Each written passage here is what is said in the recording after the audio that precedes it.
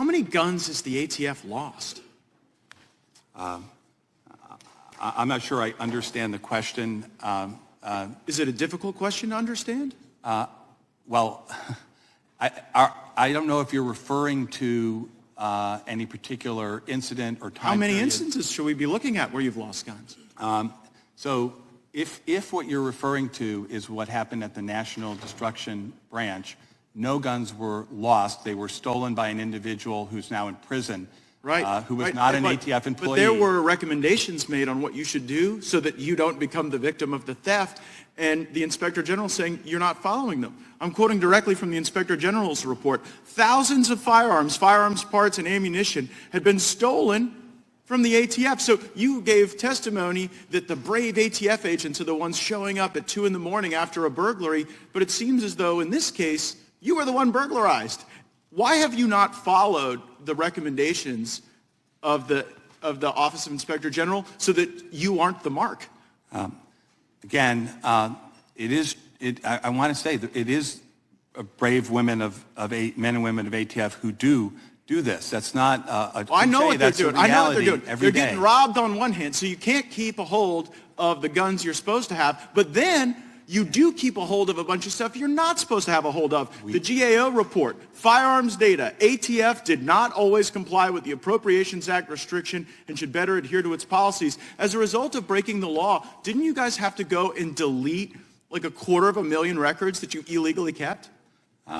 Again, with respect to both the Inspector General reports that you're talking about. One's Inspector General, one's GAO. Well, the Inspector General report, ATF, that happened several years ago, more than that. 2022. And ATF has, the report came out, but the theft, and ATF has implemented numerous different safety measures with respect to the National Destructive Branch. Well, I mean, I'm reading to you from the report from last year, Mr. Director. We found that the NDB staff does not currently in 2022, adhere to established operating procedures in place to mitigate risk of firearms being lost and stolen. So I guess that shows an ATF that is not functioning correctly and is not responding to the problems you create. You keep records you're not supposed to. It was 250,000 of them you had to delete, right?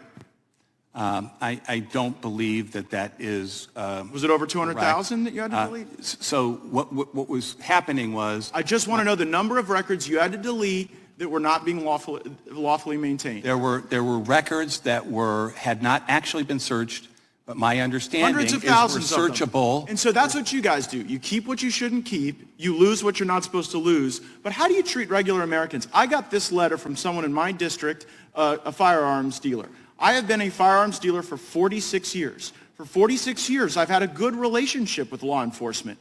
Then came the ATF's zero tolerance policy. 2 years ago, while in the process of selling a firearm to a customer, I completed their background check using Florida's FDLE firearm purchasing program. The background check was uneventful, and FDLE rendered an approval number. Some months later, during an ATF audit, I was told the background check was now a non-approval. Even though FDLE made the error, it was on my paperwork, so ATF deemed it a willful error.